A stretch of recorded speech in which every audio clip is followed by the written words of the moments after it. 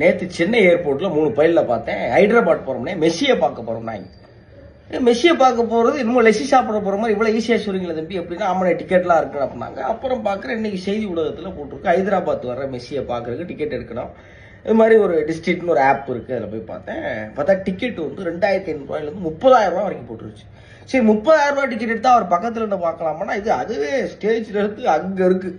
இப்போ பக்கத்தில் பார்க்குறதுக்கு என்ன செய்யறதுன்னு பார்த்தாக்க அப்போ தான் போடுறாங்க மெஸ்ஸி கூட செல்ஃபி எடுத்துக்கலாம். நல்லா இருக்குல்ல. சரி செல்ஃபி எடுக்கிறதுக்கு என்ன செய்யணும்னா வெறும் 100 பேர் தான் செல்ஃபி எடுக்க முடியுமா? ஏன் 100 பேருக்கு மேலே மெஸ்ஸி டயர்ட் ஆயிடுவானா? இல்லை 100 பேர் தான் செல்ஃபி எடுக்க முடியும். ஆனால் ஒவ்வொருத்தரும் 10 லட்சம் ரூபா கொடுக்குறாங்க.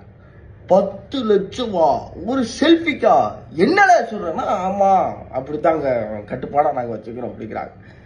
10 லட்சம் ரூபா இருந்துச்சுன்னா ஒரு 10,000 பேருக்கு நல்ல சோறு போடலாம். ஒரு 10 ஏழை பிள்ளைகளை படிக்க வைக்கலாம். இல்லை அதுவும் பிடிக்கலையா உங்களை மாதிரி என்னைய மாதிரி ஏதாவது நல்ல உள்ளங்களுக்கு அன்பளிப்பாக கொடுக்கலாம்.